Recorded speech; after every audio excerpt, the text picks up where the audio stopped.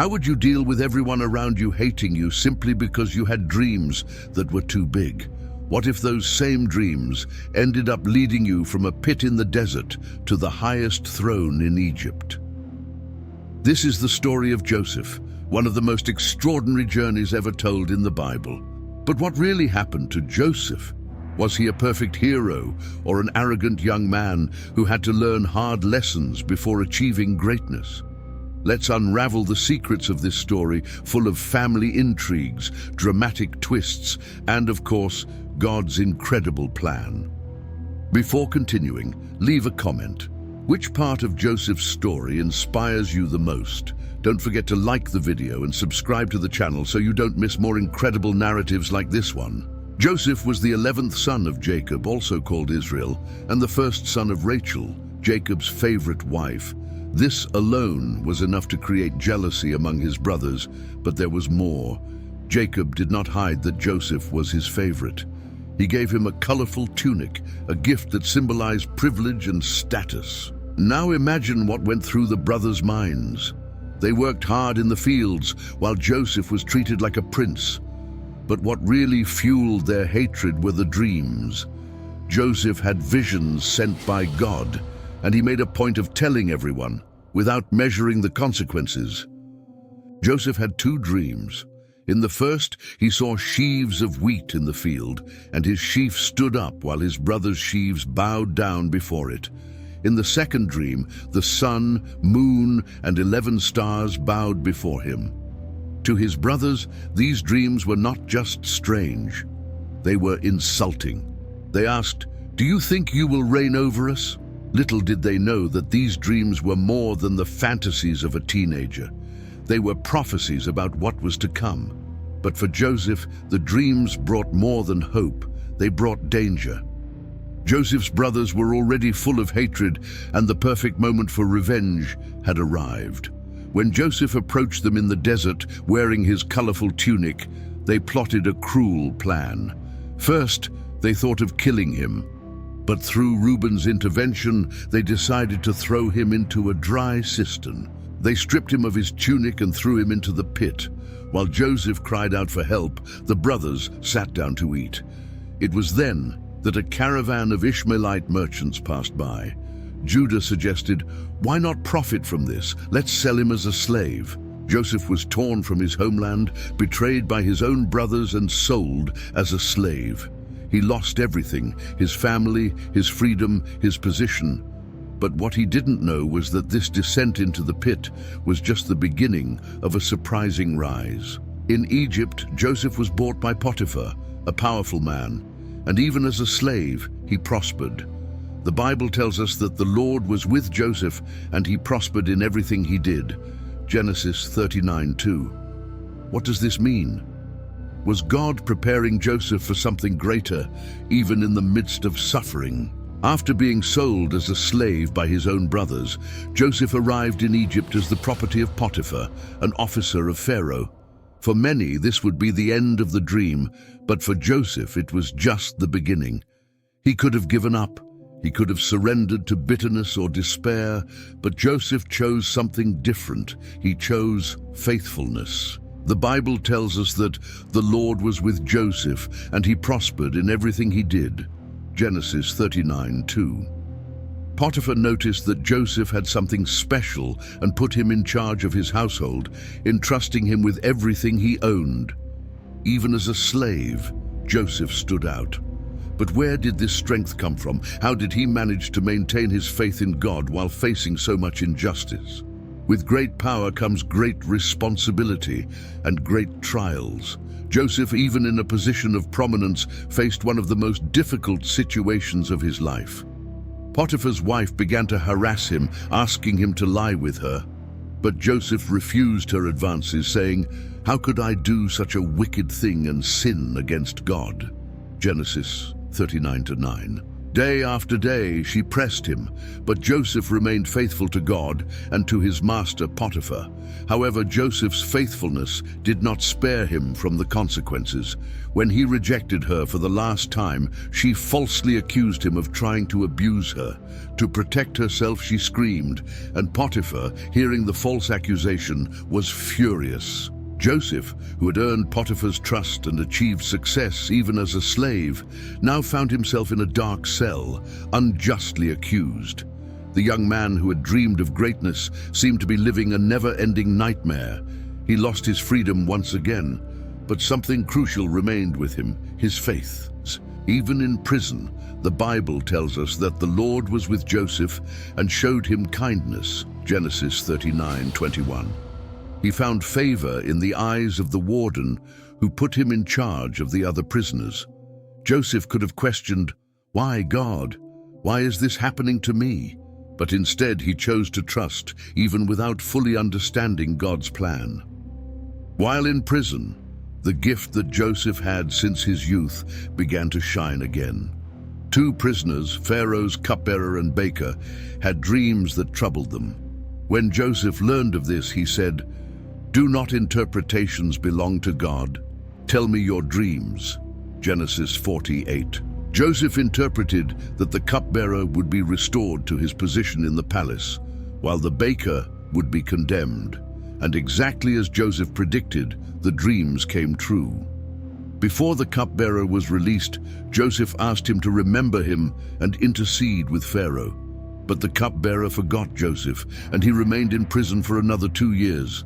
Imagine the pain Joseph felt as he watched an opportunity slip away, but once again, he chose to trust in God's plan. Despite all the adversities, Joseph remained faithful. He didn't know it, but God was using every moment of his journey to prepare him for something extraordinary. Joseph was being shaped. His administrative skills, his patience, and his faith were being strengthened because he would be called for a purpose far greater than he could imagine. How many times in our own lives do we feel that we are trapped in a cycle of injustice or suffering? Joseph's story teaches us that even when everything seems lost, God is working behind the scenes, shaping every detail for something greater. But was Joseph ready for the next chapter of his life? Was he prepared to go from the prison straight to the throne? Joseph had been in prison for years. He had helped Pharaoh's cupbearer, but as we know, was forgotten. The time in prison could have hardened his heart, but Joseph kept his faith. Then, one day, the monotony was broken. He was summoned to the presence of Pharaoh. Pharaoh had 2 troubling dreams, and none of Egypt's wise men or magicians could interpret them. It was then that the cupbearer finally remembered Joseph and told Pharaoh about the young Hebrew who had interpreted dreams accurately. Imagine what Joseph felt at that moment. Years of forgetfulness and suffering seemed to finally give way to a new opportunity. But was he prepared? Joseph was brought before the most powerful man in the known world at that time. Pharaoh told him his 2 dreams. In the first, 7 fat cows were devoured by 7 lean cows. In the second, 7 full ears of grain were swallowed by 7 thin and scorched ears. Pharaoh was desperate for answers. Joseph listened carefully and began with a powerful statement. "It is not I who gives the answers, but God." Genesis 41:16. With this introduction, Joseph made it clear that his ability came from the Lord and that his interpretation was part of a greater plan. He explained that the 2 dreams meant the same thing. There would be 7 years of abundance in Egypt, followed by 7 years of devastating famine. And he went further. He suggested a plan to deal with the crisis. Pharaoh not only believed in Joseph's interpretation, but recognized that there was something divine in him. He said, "Can we find anyone like this man, one in whom is the Spirit of God?" Genesis 41:38. In a single day, Joseph went from being a prisoner to the governor of Egypt, the second most powerful man in the kingdom. Pharaoh gave Joseph the royal signet ring, dressed him in fine linen clothes, and placed a gold chain around his neck. He ordered that everyone honor him, and Joseph was put in charge of saving Egypt and the surrounding nations from the coming famine. Imagine what this moment meant for Joseph. Years of suffering gave way to the fulfillment of a purpose he could hardly imagine. Joseph immediately set to work. During the 7 years of abundance, he organized an efficient system to store food in strategic cities. He instructed that a portion of every harvest be saved, creating huge granaries that could sustain Egypt during the famine. His plan not only saved Egypt, but also turned it into a center of provision for other nations. When the famine arrived, as Joseph had predicted, people from all over the world came to Egypt to buy grain. He turned a potential crisis into an opportunity for prosperity and stability. Joseph was not merely executing an administrative task. He was fulfilling the purpose for which God had prepared him from the beginning. And then the unexpected happened. Among those who came to Egypt to buy grain were Joseph's brothers. They did not know that the powerful man before them was the young man they had sold into slavery years before. But Joseph recognized them immediately. Imagine the whirlwind of emotions Joseph felt. He was standing before those who had betrayed him, but now he had power over them. What would he do?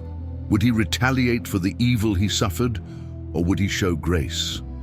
Joseph chose to test his brothers to see if they had changed. He accused them of being spies, kept them imprisoned for 3 days, and demanded that they bring their youngest brother, Benjamin, as proof of their honesty. This was a crucial moment in Joseph's story, not only because it revealed the transformation of his brothers, but because it showed that Joseph, even with all his power, was willing to seek reconciliation. The dreams that had led Joseph to so much suffering were finally coming true. His brothers were before him, bowing down, unaware that the powerful man before them was the same one they had sold into slavery years ago. But Joseph did not reveal his identity right away. He had something more important in mind, testing his brothers' hearts. Joseph accused them of being spies, a tactic to observe their reactions and assess their character. They, in turn, tried to explain, "We are 12 brothers, sons of one man. The youngest is with our father, and one is no more." Genesis 42:13. Imagine how these words sounded to Joseph. Years of pain and loneliness resurfaced. He knew that Benjamin, his younger brother and Rachel's son, was still alive. But had his brothers changed, or were they still the same men driven by envy and hatred? The brothers returned to Egypt, this time bringing Benjamin as Joseph had demanded. He received them with hospitality, but the test was not over. Joseph ordered a banquet and intentionally gave Benjamin a portion 5 times larger than the others. He wanted to see how his brothers would react. Would they be jealous again, or would they protect Benjamin? But the final test was even more intense. As the brothers were leaving, Joseph ordered that his silver cup be placed in Benjamin's sack of grain. Shortly afterward, Joseph's servants overtook them and accused Benjamin of theft. He would be taken as a slave, but the brothers reacted in an unexpected way. Judah, the brother who once did not care about Joseph's fate, now stood in a position of sacrifice. He said, "Now then, please let your servant remain here as my lord's slave in place of the boy, and let the boy return with his brothers." Genesis 44:33. This was the decisive moment. Joseph saw that his brothers had changed. They were no longer the men who sold him out of envy and contempt. They were willing to sacrifice their lives to protect Benjamin. And in that moment, the barrier of years of pain and hurt began to dissolve. Joseph could no longer hold back his emotions. Crying loudly, he revealed his identity.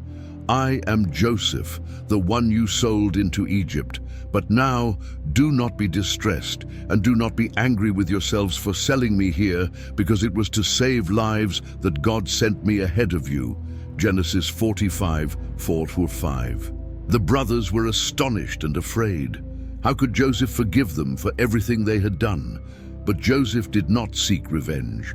He saw something greater in his journey, the divine plan that turned his pain into salvation.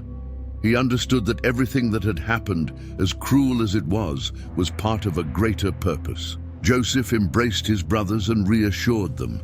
He called them to bring their father, Jacob, and the entire family to Egypt, where they would live under his protection during the years of famine. Imagine the relief and joy that flooded that moment. Joseph finally reunited with his father, Jacob, in one of the most emotional moments in the biblical story. After years of believing his son was dead, Jacob was able to embrace him again. The family was reunited in Egypt, where Joseph provided land and resources for them all to prosper. But Joseph knew that the true protagonist of this story was neither him nor his brothers. It was God. He said, "You intended to harm me, but God intended it for good to accomplish what is now being done, the saving of many lives." Genesis 50:20. These words capture the heart of Joseph's entire journey, a testimony of how God can transform suffering into blessing.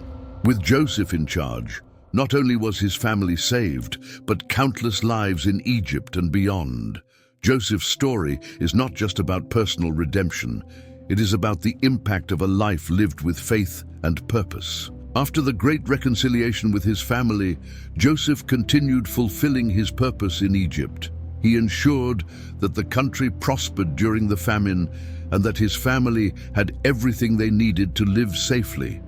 The land of Goshen became a home for Jacob, his sons, and all their descendants. Joseph, who had faced betrayal, slavery, and injustice, now became the sustainer of many. He not only preserved his family's life, but also strengthened the connection between God and the people of Israel. Everything he suffered was transformed into a testimony of God's power and grace. When Jacob reached the end of his life, he called his sons to bless them and share his final words. It was a moment full of significance as Jacob declared God's promises upon each of his descendants. He acknowledged Joseph's unique role, saying that he was like a fruitful vine near a spring whose branches climb over a wall. Genesis 49:22. Jacob asked to be buried in the land of Canaan alongside his ancestors. Joseph, faithful to his father's will, led a great procession to fulfill this wish. This act was not only a gesture of love and respect, but also a reminder that, although they were in Egypt, their roots and promises were in Canaan, the land God had promised. With Jacob's death, Joseph's brothers were filled with fear. They thought, what if Joseph holds a grudge against us and pays us back for all the wrongs we did to him? Genesis 50:15. They sent a message to Joseph asking for forgiveness and bowed before him, offering themselves as his servants. But once again, Joseph demonstrated the true power of forgiveness. He said, "Don't be afraid. Am I in the place of God? You intended to harm me, but God intended it for good to accomplish what is now being done, the saving of many lives." Genesis 50:19-20. These words capture the essence of Joseph's entire journey. He not only forgave his brothers, but also reassured them, showing that his focus was on God's greater plan. Joseph understood that divine grace always surpasses human resentment. Joseph's life is one of the richest narratives in the Bible, full of lessons that transcend generations. His story teaches us that even in the midst of suffering, God is always present, shaping every detail for good. Let's reflect on some of the most powerful lessons from Joseph's life. First, we see the power of resilience. Joseph faced betrayal, slavery, and injustice, but he never allowed these circumstances to destroy his faith or determination. He shows us that even in the darkest moments, we can choose to trust God and remain faithful to what we believe. Second, we learn about the importance of forgiveness. Joseph had numerous opportunities to take revenge on his brothers, but he chose to forgive them. He understood that holding on to resentment would not bring peace or reconciliation. Instead, he demonstrated compassion and grace, mirroring God's character. And finally, Joseph teaches us the importance of seeing the greater purpose. He could have focused on the pain of being sold as a slave or the injustice of being imprisoned, but he chose to see God's bigger plan. This perspective allowed him to turn evil into good and save not only his family, but an entire nation. Joseph lived to be 110 years old, seeing his descendants grow and prosper in Egypt. In his final moments, he reminded his family of God's promises. God will surely come to your aid and take you up out of this land to the land he promised on oath to Abraham, Isaac, and Jacob. Genesis 50:24. These words were not just a reminder. They were a testimony of his unwavering faith in God's plan. Joseph knew that even after his death, God's promises would continue to be fulfilled.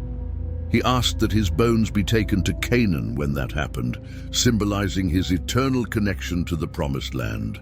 Joseph's story does not end with his death, but with his legacy. His life is a powerful testimony that God can transform any situation, no matter how difficult, into an opportunity for his glory. Joseph shows us that when we trust in God, even the most painful moments can be redeemed. In the upcoming videos, we will dive deeper into stories like Moses leading the people through the desert, the secrets of the Sermon on the Mount, and even the prophecies about the last days.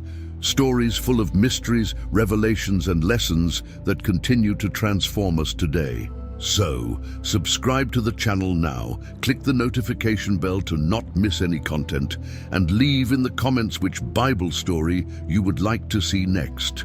Your suggestion could be the theme of our next video.